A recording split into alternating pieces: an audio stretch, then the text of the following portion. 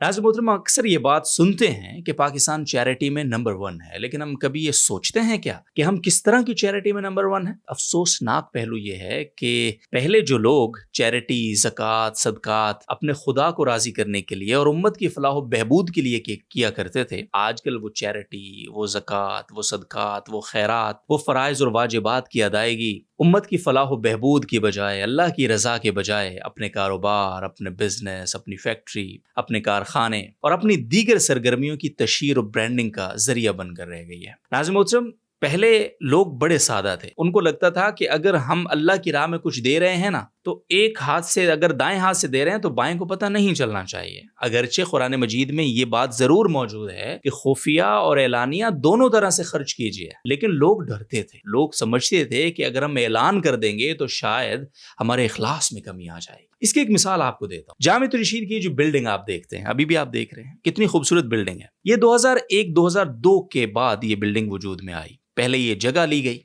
یہ جگہ ایک شخص نے ڈونیٹ کی، وہ عظیم شخص تھا۔ اس کے بعد جب اس جگہ بلڈنگ کی قیام کی باری آئی تو اس شخص نے کہا کہ نہیں، یہ بلڈنگ بھی میں بنا کر دوں گا، اور آج تک اس شخص کا نام شاید جامع الرشید کے تمام احباب کو بھی نہیں پتا، اور وہ شخص اب اس دنیا میں موجود بھی نہیں ہے، بلکہ جامع الرشید کے ساتھ والے احاطے میں موجود قبرستان میں مدفون ہے۔ آپ اندازہ لگا سکتے ہیں کہ جامع الرشید میں جب روزانہ سینکڑوں قرآن مجید پڑھے جاتے ہیں، جب روزانہ ہزاروں احادیث کی تلاوت ہوتی ہے اور اللہ اور اس کے رسول صلی اللہ علیہ وسلم کی تعلیم ایک دوسرے کو سیکھنے سکھانے کا عمل جاری رہتا ہے، تو اس عظیم بے لوث انسان کی قبر پر کتنی کروڑہاں اور بے شمار رحمتیں اور برکتیں نازل ہو رہی ہوتی ہوں گی۔ آپ اندازہ لگا سکتے ہیں؟ ہرگز نہیں۔ اگر وہ شخص اس جامع الرشید کی اس بلڈنگ اور اس جگہ اور اس ڈونیشن کو اپنے کاروبار کا اور اپنی فیکٹری کی تشہیر کا ذریعہ بناتا تو کیا یہ برکتیں اور یہ رحمتیں آج اس کو میسر ہوتی؟ شاید نہیں۔ تو ناظرین محترم، آپ سے درخواست ہے کہ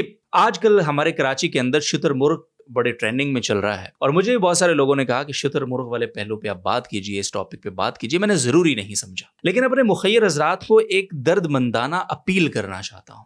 ہمارے خرچ کرنے کا رجحان، ہمارے خرچ کرنے کا زاویہ مختلف ہو سکتا ہے، لیکن ہم اسی طرح اور انہی جگہوں پہ خرچ کریں گے جن جگہوں کا حوالہ ہمیں نبی کریم صلی اللہ علیہ وسلم کی سیرت سے ملتا ہے، تو ہی ہمارا خرچ وہ کارآمد ہوگا۔ ناظرین محترم، آج اگر میں ایک شتر مرغ 1.5 لاکھ روپے کا خریدتا ہوں اور ایک وقت میں 10 شتر مرغ سحری میں کھلا دیتا ہوں اور 3 گھنٹے کے بعد کھانے والوں کو دوبارہ بھوک لگ جاتی ہے، تو میرا وہ شتر مرغ کسی کام کا ہے کیا؟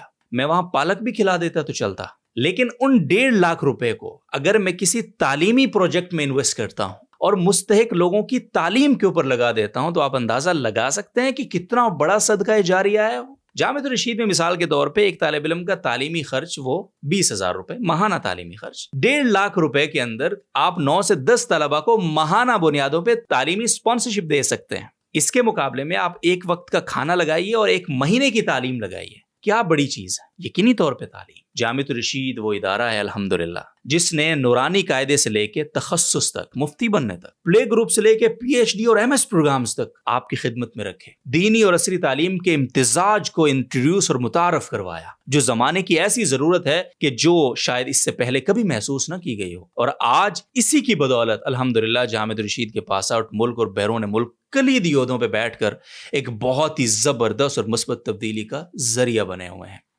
تو ناظرین محترم، جامع الرشید کو آپ کے تعاون کی ضرورت ہے، ہر ادارے کو ہے، جامع الرشید کو بھی ہے، لیکن افسوسناک پہلو یہ ہے کہ ہماری ڈونیشنز کا رخ اب چونکہ بدل گیا ہے۔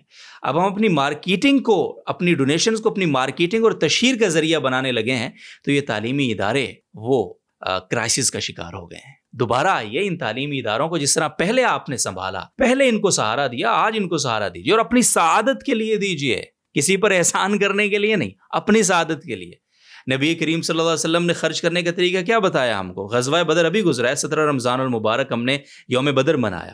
غزوہ بدر کے قیدی جب قید ہوئے، مشرک تھے، جانی دشمن تھے، قتل سے کم پہ ان پہ معاملہ ہونا نہیں چاہیے تھا، لیکن چلو فدیے بھی لیتے تو حضور کی ریاست مدینہ نئی نئی کھڑی ہو رہی تھی، بہت لوگ قسم پرسی کا شکار تھے، لوگوں کو مالی طور پہ بہت تنگی تھی، بہت ضروریات تھیں۔ حضور کو جب پیشکش کی گئی قیدیوں کو چھڑانے کے لیے، تو حضور نے کیا کیا کیا مطالبہ رکھا سامنے؟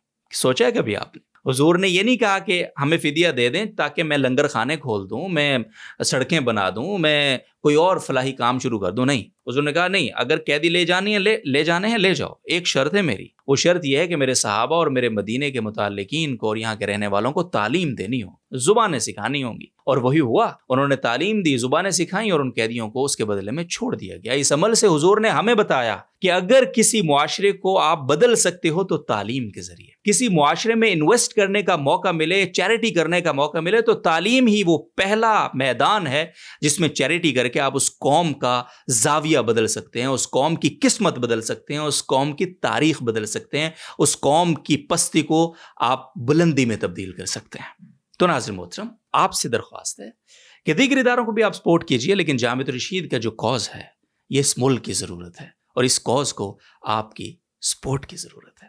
آپ سب کا بہت شکریہ. رابطہ نمبرز ہم دے رہے ہیں, ان رابطہ نمبرز پہ آپ رابطہ کر کے جامعۃ الرشید کی ضرورت ایک بار معلوم ضرور کر لیجئے, اس کے بعد جی چاہے تو سپورٹ بھی کیجئے گا.